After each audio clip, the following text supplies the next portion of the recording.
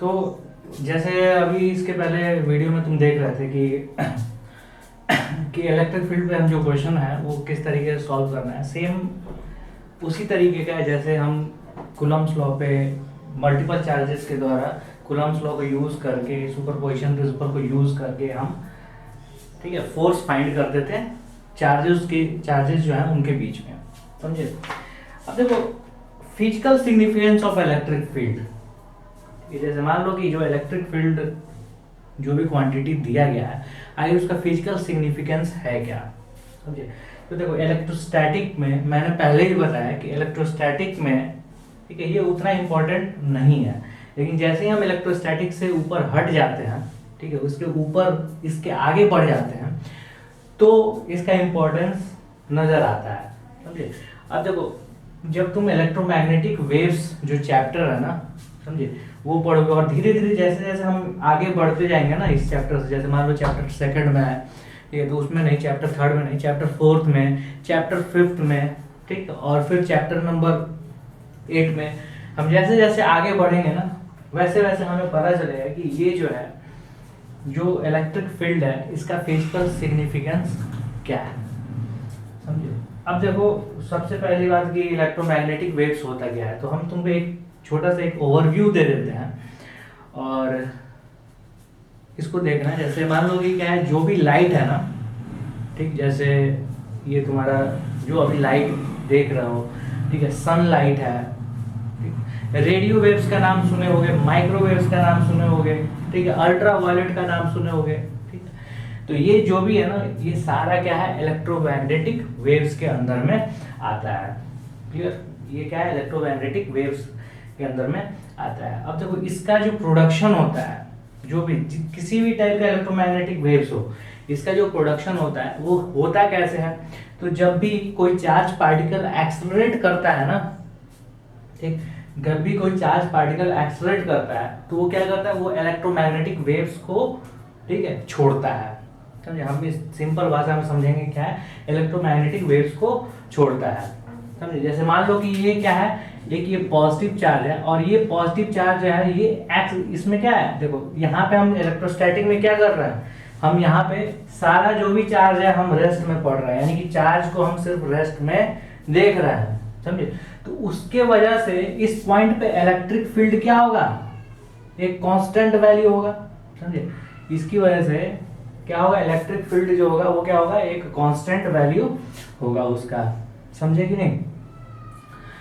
लेकिन अगर ये एक्सेलरेट करना शुरू कर दे इस डायरेक्शन में शुरू कर दे ठीक है या फिर इस डायरेक्शन में एक्सेलरेट करना अगर ये शुरू कर दे ये चार्ज, तो हम इसी पॉइंट पे देखेंगे इस पॉइंट पे जो इलेक्ट्रिक फील्ड का जो मैग्नीट्यूड होगा वो क्या होगा टाइम के साथ क्या होगा बदलता जाएगा, समझे, टाइम के साथ बदलता जाएगा। अब देखो एक और चीज है अगर हम एक्सेलरेट ना करें हम इसको सिंपल एक वेलोसिटी देते हैं ठीक है तो भी क्या होगा यहाँ पे जो है यहाँ पे इलेक्ट्रिक फील्ड का मैग्नीट्यूड जो है वो क्या होगा टाइम के साथ क्या होगा बदलता जाएगा, समझे। डायरेक्शन भी बदल सकता है, समझे, डायरेक्शन भी बदल सकता है। तो हम सिंपल कहेंगे कि क्या है यहाँ पे देखो इलेक्ट्रिक फील्ड का मैग्नीट्यूड बदले या फिर डायरेक्शन बदले हम क्या कहेंगे कि इलेक्ट्रिक फील्ड बदल रहा है, समझे।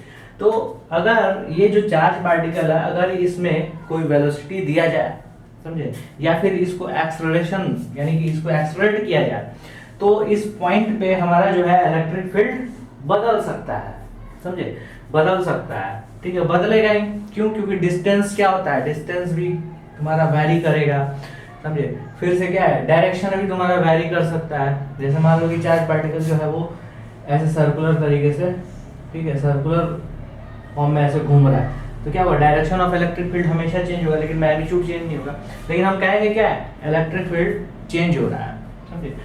तो यहाँ पे ठीक है इस ऐसे ऐसे केस में ठीक है हमें इलेक्ट्रिक फील्ड का कॉन्सेप्ट पढ़ना बहुत ही जरूरी हो गया, समझे। फैराडे जो साइंटिस्ट थे ना ये सबसे पहले इलेक्ट्रिक फील्ड ठीक है इसको वो लाइंस ऑफ फोर्स बोलते थे ठीक। फैराडे जो है इलेक्ट्रिक फील्ड लाइंस को ना इलेक्ट्रिक फील्ड लाइंस या फिर इलेक्ट्रिक फील्ड का जो कॉन्सेप्ट है उन्होंने ही दिया था, तो जो भी है तो उसको वो क्या बोलते थे लाइंस ऑफ फोर्स बोलते थे। तो वही हम आज पढ़ने जा रहे हैं, समझे। तो इस केस में जब भी चार्ज पार्टिकल क्या होगा, उसका कोई ना कुछ एक मोशन रहेगा या फिर वो एक्सेलरेटेड मोशन में रहेगा।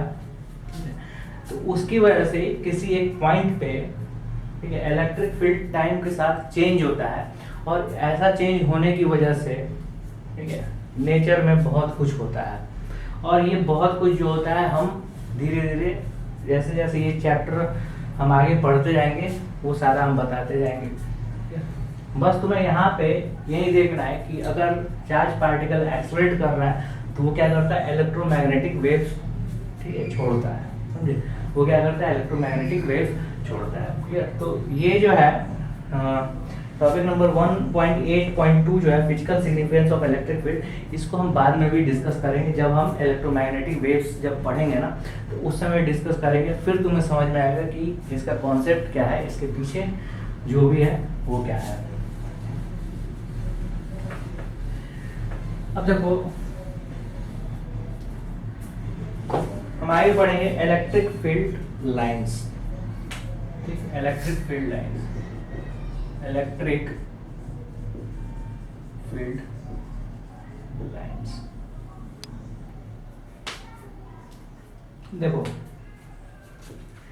ये आखिर है क्या इलेक्ट्रिक फील्ड लाइंस। अभी हम इसके पहले क्या पढ़े, इलेक्ट्रिक फील्ड पढ़े हम, समझे। तो इलेक्ट्रिक फील्ड लाइंस आखिर क्या है। तो इलेक्ट्रिक फील्ड की अगर हम बात करें तो ये पॉजिटिव चार्ज है, तो इस पॉइंट पे इलेक्ट्रिक फील्ड कितना होगा, समझे। इसको हम मैथमेटिकली रिप्रेजेंट कर सकते हैं, मैथमेटिकली रिप्रेजेंट कर सकते हैं, जो कि हम ई जैसे कैलकुलेट करते थे ना, तो वो हमारा आता था। तो मैथमेटिकली हम इसको कैलकुलेट कर सकते हैं इस पॉइंट पे, मैथमेटिकली इस पॉइंट पे कैलकुलेट कर सकते हैं, मैथमेटिकली इस पॉइंट पे कैलकुलेट कर सकते हैं, समझे। या फिर कहीं भी किसी पॉइंट पे स्पेस में हम मैथमेटिकली कैलकुलेट कर सकते हैं। ठीक है, अब देखोगे अगर ये डिस्टेंस, एक और चीज ध्यान देना, ये डिस्टेंस r है और ये भी डिस्टेंस r है, इलेक्ट्रिक फील्ड का जो मैग्नीट्यूड होगा यहाँ पे और यहाँ पे, यहाँ पे, यहाँ पे, जो भी r डिस्टेंस पे होगा वो क्या होगा, सेम होगा, लेकिन डायरेक्शन क्या होगा, अलग अलग होगा, समझे। अब देखो ये हम सिर्फ 2D में दिखा रहा है, अगर हम 3D की बात करते हैं, एक स्पेस की बात करते हैं, क्योंकि देखो चार्ज अगर स्पेस में है तो डिस्टेंस तो हमारा इधर भी है, इधर भी है, इधर भी है, इधर भी है और आगे भी है। तो अगर r डिस्टेंस पे अगर हम इलेक्ट्रिक फील्ड फाइंड करेंगे, अगर ये चार्ज स्पेस में है तो हम स्पेस में कहीं भी r डिस्टेंस पे फाइंड करेंगे, हमारा मैग्नीट्यूड क्या होगा इलेक्ट्रिक फील्ड का, सेम होगा, समझे। तो जो भी है इलेक्ट्रिक फील्ड किसी चार्ज के 3D स्पेस में होता है, समझे, 3D स्पेस में होता है। अब देखो ये इलेक्ट्रिक फील्ड लाइंस आखिर है क्या। तो इलेक्ट्रिक फील्ड लाइंस जो है ना वो क्या है, पिक्टोरियल रिप्रेजेंटेशन ऑफ और नॉन मैथमेटिकल फॉर्म, ठीक है, किस चीज का है, इलेक्ट्रिक फील्ड को दर्शाने का है कि किसी भी चार्ज कॉन्फ़िगरेशन, चार्ज कॉन्फ़िगरेशन का मतलब या तो सिंगल चार्ज हो या फिर सिंगल से ज्यादा चार्ज हो, ठीक है, 2 से ज्यादा चार्ज हो, 2 चार्ज हो, 3 चार्ज हो, 10 चार्ज हो, तो उस चार्ज के चलते, ठीक है, हमारा जो है इलेक्ट्रिक फील्ड किस तरीके का है, कैसा है, ठीक है, तो उसका पिक्टोरियल रिप्रेजेंटेशन, पिक्टोरियल रिप्रेजेंटेशन, ठीक है, वही हमारा क्या है, इलेक्ट्रिक फील्ड लाइंस है, समझे। और इसका कॉन्सेप्ट भी फैराडे ने सबसे पहले दिया था। ठीक है, देखो इससे ना बहुत ऐसा चीज है ना, तुम जैसे जैसे आगे बढ़ोगे, ठीक है, जब हम इलेक्ट्रिक फ्लक्स पढ़ाएंगे तब तुम्हें समझ में आएगा कि इसका आखिर काम क्या है, समझे। तो वही हम बताने जा रहे हैं कि इलेक्ट्रिक फील्ड लाइंस क्या है, पिक्टोरियल रिप्रेजेंटेशन ऑफ, ठीक है, electric field, electric field lines are, ठीक है, electric field lines are pictorial representation non mathematical, ठीक है, पिक्टोरियल रिप्रेजेंटेशन ऑफ, ठीक है, electric field due to a charge configuration, due to a charge configuration ठीक है, कॉन्फ़िगरेशन, ठीक है, ड्यू टू चार्ज कॉन्फ़िगरेशन, समझे। अब देखो जैसे मान लो कि ये हम दिखाते कैसे हैं, तो जैसे मान लो कि ये हमारा क्या एक पॉजिटिव चार्ज है, समझे। तो हम कल भी डिस्कस किए थे कि इस पॉइंट पे और इस पॉइंट को अगर हम कंपेयर करेंगे तो इलेक्ट्रिक फील्ड का जो स्ट्रेंथ होगा वो कहाँ पे ज़्यादा होगा। तो इलेक्ट्रिक फील्ड का स्ट्रेंथ कहाँ पे ज़्यादा होगा, यहाँ पे ज़्यादा होगा, क्योंकि यहाँ से यहाँ पे अगर हम कोई यूनिट पॉजिटिव चार्ज रखेंगे तो ये ज़्यादा फोर्स लगाएगा, समझो। और वही फोर्स हमारे क्या होता है, मैग्नीट्यूड ऑफ इलेक्ट्रिक फील्ड के बराबर होता है। डायरेक्शन क्या होता है, ठीक है, तो इलेक्ट्रिक फील्ड के डायरेक्शन के बराबर होता है, समझे। तो यहाँ पे हम जो वेक्टर दिखाएंगे, इलेक्ट्रिक फील्ड का जो वेक्टर हम यहाँ पे शो करना चाहेंगे वो क्या होगा, थोड़ा बड़ा होगा, और यहाँ पे क्या होगा, उससे छोटा होगा। जैसे जैसे हम आगे बढ़ते जाएंगे और भी छोटा होते जाएगा, क्लियर। यहाँ पे क्या होगा, यहाँ पे और भी बड़ा होगा, समझे कि नहीं। यहाँ पे क्या होगा, और भी बड़ा होगा।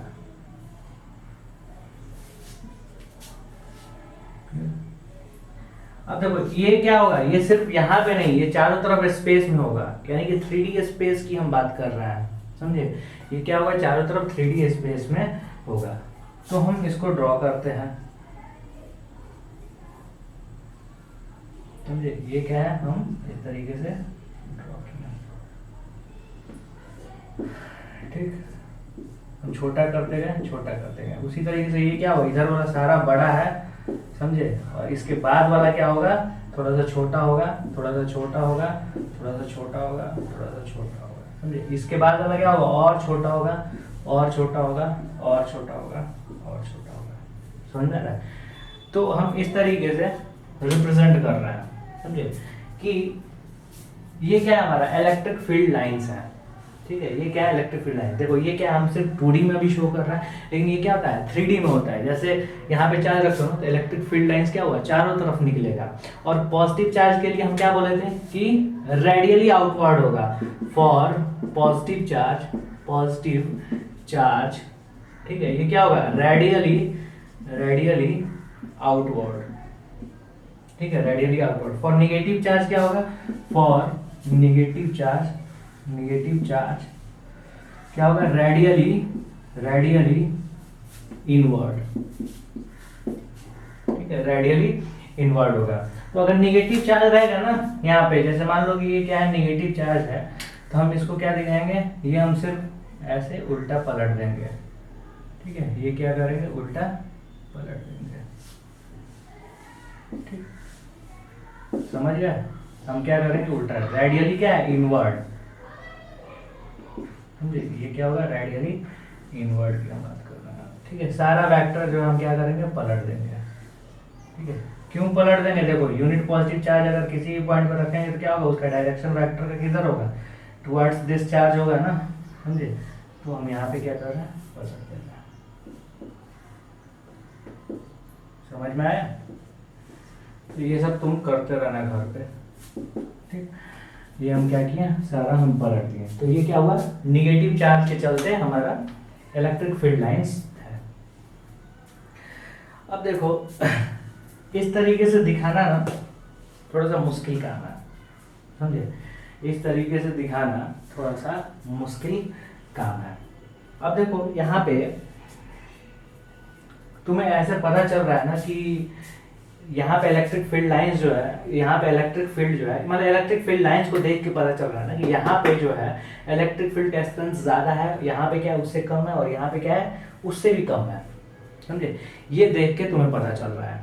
लेकिन यहाँ पे इस तरीके से ड्रॉ करना ना हमारे लिए बहुत ही मुश्किल है। जैसे मान लो कि हमें पेपर कॉपी पे अगर ड्रॉ करना हो, या फिर रिप्रेजेंट करना हो, या फिर तुम्हें पेपर में लिखना हो, या फिर तुम्हें समझाना हो किसी को, समझे, कि वेक्टर के फॉर्म में, जैसे मान लो हम जो है कोई भी क्वांटिटी को वेक्टर के फॉर्म में दिखाते थे ना ज्योमेट्रिकल तरीके से, समझे। तो उसी तरीके से इलेक्ट्रिक फील्ड लाइंस को भी हम ज्योमेट्रिकल तरीके से दिखाएंगे, लेकिन ये क्या है, ये थोड़ा सा मुश्किल काम हो जा रहा है। अब तुम्हें पता है ना कि जैसे चार्ज के नजदीक में हम रहेंगे तो इलेक्ट्रिक फील्ड जो है, इलेक्ट्रिक फील्ड का स्ट्रेंथ क्या होता है, ज्यादा होता है। अगर चार्ज के दूर में है तो इलेक्ट्रिक फील्ड का स्ट्रेंथ क्या होगा, कम होगा। सड़ा हुआ कुत्ता याद कर लो, समझे, जो सड़े हुए कुत्ते की हम बात कर रहे थे ना, या फिर सड़ा हुआ कोई भी जानवर ठीक है, उसको हम उसकी बात कर रहे थे, तो वो याद कर लो, समझे।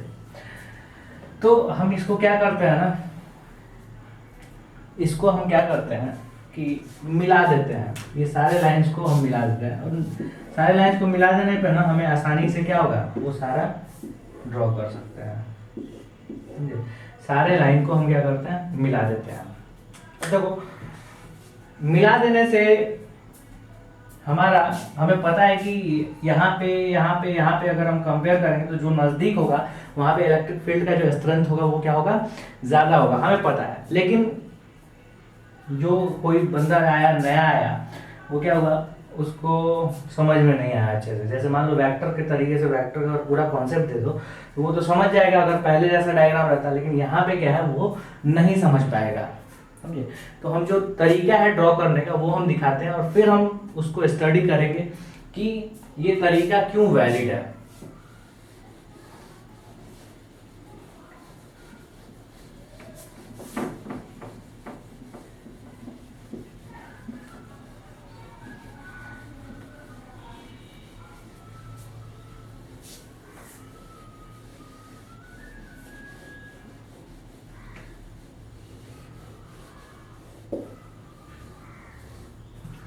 देखो इलेक्ट्रिक फील्ड लाइंस जो है पॉजिटिव चार्ज के लिए हम इस तरीके से दिखाते हैं, ये पॉजिटिव चार्ज के लिए इलेक्ट्रिक फील्ड लाइंस हम इस तरीके से दिखा रहे हैं। तुम इसमें इनफाइनाइट नंबर ऑफ लाइंस को ड्रॉ कर सकते हो, ठीक है, इनफाइनाइट नंबर ऑफ लाइंस को ड्रॉ कर सकते हो। निगेटिव चार्ज के लिए इलेक्ट्रिक फील्ड लाइंस जो है हम इस तरीके से दिखाएंगे, समझे। ये नेगेटिव चार्ज के लिए हम इलेक्ट्रिक फील्ड लाइंस को दिखा रहे हैं, समझे कि नहीं। अब देखो इससे तुम्हें स्ट्रेंथ का पता नहीं चल रहा है कि कहाँ पे इलेक्ट्रिक फील्ड लाइन का स्ट्रेंथ ज्यादा है, कहाँ पे कम है, क्लियर। लेकिन इसका भी तरीका है, हम क्या करते हैं ना, लाइंस का ना जो रिलेटिव डेंसिटी देखते हैं, ठीक है। जो इलेक्ट्रिक फील्ड लाइंस है उसका हम क्या करते हैं, रिलेटिव डेंसिटी हम देखते हैं। रिलेटिव डेंसिटी देख के हम बताएंगे, जहाँ पे इलेक्ट्रिक फील्ड लाइंस का रिलेटिव जो डेंसिटी है वो अगर ज्यादा रहेगा, समझे, तो वहां पे हमारा जो इलेक्ट्रिक फील्ड का स्ट्रेंथ है वो क्या होगा, ज्यादा होगा। तो हम पहले का जो तरीका था वो ना अपनाते हुए अगर हम इस तरीके से भी अगर दिखाते हैं और रिलेटिव डेंसिटी को हम कंपेयर करें, किसका, रिलेटिव डेंसिटी लाइंस का अगर हम कंपेयर करें, समझे, तो भी हम आसानी से ये सारा चीज समझ सकते हैं। रिलेटिव डेंसिटी का कॉन्सेप्ट हम थोड़ा सा जस्ट कुछ देर के बाद से बता रहे हैं। बस तुम्हें ये समझना है कि जहां पे लाइन ज्यादा क्राउडेड हो, ठीक है, लाइन जो है जहां पे क्राउडेड अगर ज्यादा है तो वहां पे क्या होगा, इलेक्ट्रिक फील्ड का स्ट्रेंथ क्या होगा, ज्यादा होगा। जहां पे जो लाइंस है, इलेक्ट्रिक फील्ड लाइंस है, वो कम है, यानी कम क्राउडेड है, तो वहां पे इलेक्ट्रिक फील्ड का स्ट्रेंथ क्या होगा, कम होगा। समझ में आया। अब देखो हम कंपेयर करते हैं, ठीक, कंपेयर करते हैं तो इस पोर्शन को देखेंगे, अगर इस पोर्शन को अगर देखेंगे तो, और फिर इस पोर्शन को अगर हम देखेंगे, समझे, इस पोर्शन को हम देखेंगे तो हम यहाँ पे अगर इसमें अगर रहते हैं, इस पोजीशन पे अगर रहते हैं तो इसमें क्या है, इलेक्ट्रिक फील्ड लाइंस क्या है, नजदीक नजदीक है ना, ठीक है, यानी कि क्या है, क्राउडेड है। लेकिन अगर हम इस पोर्शन पे रहते हैं, इधर की तरफ रहते हैं अगर, तो क्या है, कुछ ज्यादा दूरी पे है, तो इलेक्ट्रिक फील्ड जो स्ट्रेंथ जो है ना, यहाँ का क्या होगा, ज्यादा होगा, और यहाँ पे क्या होगा, कम होगा। देखो अभी भी तुम्हारे दिमाग में अगर नहीं भी ना बना तो हम थोड़ा सा दूसरा फिगर बनाते हैं और फिर हम देखते हैं, समझे, फिर जाके क्लियर हो जाएगा।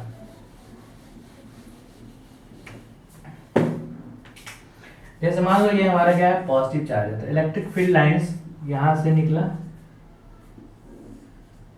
ऐसे निकलेगा ना, हम इनफाइनाइट नंबर ऑफ लाइंस यहां से निकाल सकते हैं, समझे।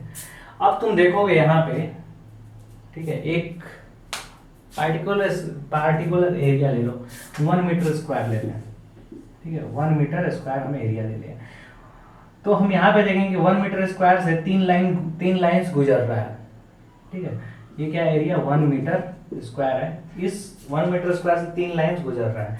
सेम 1 मीटर स्क्वायर अगर हम यहाँ पे रखते हैं, ठीक है, तो यहाँ पे क्या होगा, ये क्या होगा, ये भी 1 मीटर स्क्वायर है, तो इससे क्या होगा, सिर्फ एक लाइन गुजर रहा है, समझे।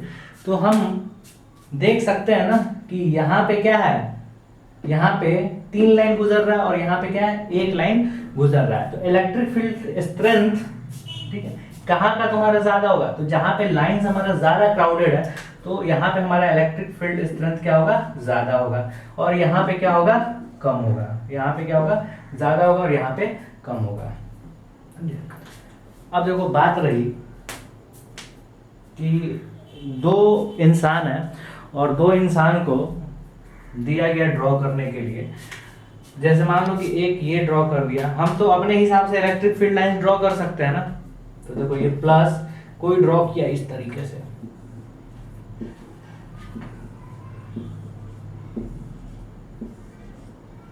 ठीक है, ऐसे ड्रॉ कर दिया इलेक्ट्रिक फील्ड लाइन। कोई होगा पागल वागल जो मतलब इस तरीके से दिखाएगा ड्रॉ करके।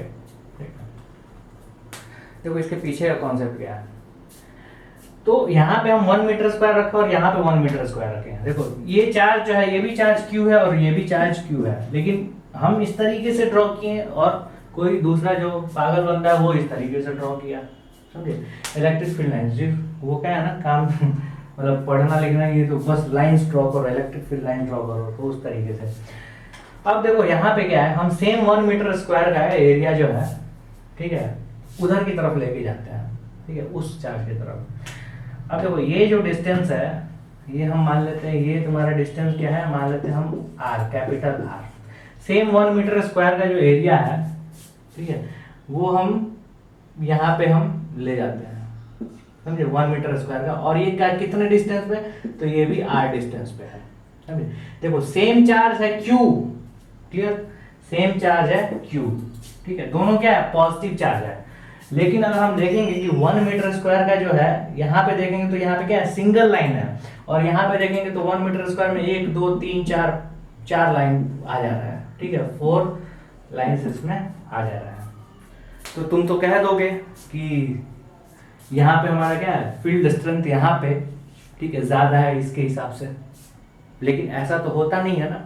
एक्चुअल में क्या होता है कि इस पॉइंट अगर r डिस्टेंस पे है तो इलेक्ट्रिक फील्ड का स्ट्रेंथ क्या होगा, सेम रहेगा। अगर चार्ज सेम रहे तो यहाँ भी क्या होगा, सेम रहेगा, अगर चार्ज सेम रहे तो, समझे। तो इस वजह से देखो यहाँ पे डेंसिटी तो देखा जा रहा है, यहाँ पे क्या है, लाइंस जो है वो क्या है, ज्यादा क्राउडेड है, यहाँ पे क्या है, कम क्राउडेड है, ठीक। तो इस हिसाब से अगर तुम कह दोगे कि यहाँ पे क्या है, इलेक्ट्रिक फील्ड का स्ट्रेंथ ज्यादा है और यहाँ पे कम है, लेकिन गलत हो जाएगा। इसी वजह से हम रिलेटिव डेंसिटी देखते हैं।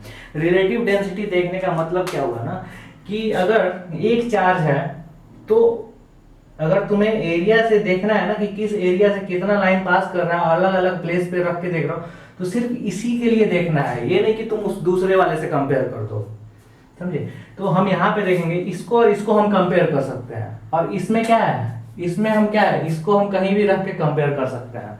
तो अब देखो यहाँ पे तुम यही चीज को इधर की तरफ शिफ्ट करोगे अगर, ठीक, यहाँ पे तुम शिफ्ट करोगे अगर, तो देखोगे यहाँ पे कि यहाँ पे नंबर ऑफ लाइंस क्या है, ज्यादा है, यहाँ पे क्या हो जाएगा, कम हो जाएगा, क्लियर। यहाँ पे नंबर ऑफ लाइंस क्या है, कम है, और यहाँ पे क्या है, ज्यादा है, समझे। तो रिलेटिव स्ट्रेंथ कहने का मतलब क्या होगा कि यहाँ पे जो है रिलेटिव डेंसिटी यहाँ पे क्या है, कम है, ठीक है, इलेक्ट्रिक फील्ड लाइंस का यहाँ पे क्या है, ज्यादा है। यहाँ पे क्या है, रिलेटिव डेंसिटी कम है, ठीक है, और यहाँ पे क्या है, ज्यादा है। और रिलेटिव किसके रिलेशन में, ऐसा नहीं है कि हम इसको देख रहे हैं और उसके रिलेशन में ले रहे हैं, हम इसको देख रहे हैं इसके रिलेशन में ले रहे हैं, या फिर इसको देख रहे हैं तो इसके रिलेशन में हम ले रहे हैं, समझे। तो हमें अगर हमें देखना है ना तो हम क्या करेंगे, रिलेटिव डेंसिटी लाइन का देखेंगे, ठीक है, या तो हम एक कोई फिगर चूज करेंगे। अब देखेंगे क्या है, अगर relative density electric field lines का ज्यादा है तो वहां पे क्या है, फील्ड का स्ट्रेंथ ज्यादा होता है, अगर कम है तो फील्ड का स्ट्रेंथ क्या होता है, कम होता है, क्लियर, समझे कि नहीं। तो ये जो है कॉन्सेप्ट है, और इलेक्ट्रिक फील्ड लाइंस जो है हम और अगले क्लास में तुमको बताते रहेंगे, ठीक है, जो भी कॉन्सेप्ट है। तो इलेक्ट्रिक फील्ड लाइंस अभी खत्म नहीं हुआ है, ठीक है, इसके बारे में और भी मुझे पढ़ाना है, तो मैं कल जो क्लास लूंगा ना तो उसमें तुमको वो बता दूंगा, ठीक है। इसको तुम पढ़ लेना, ठीक है। अगर नहीं समझ में आए तो घबराना बिल्कुल नहीं है, ठीक है, क्योंकि अभी तुमको मैं अभी पूरा चीज़ नहीं बताऊँ, जब पूरा चीज़ बता दूंगा तो तुम्हें किताब पढ़ने की ज़रूरत भी नहीं पड़ेगी, लेकिन फिर भी एक बार पढ़ लेना, कोशिश करना, थोड़ा सा इसमें कॉम्प्लिकेटेड है। क्लियर? Thank you.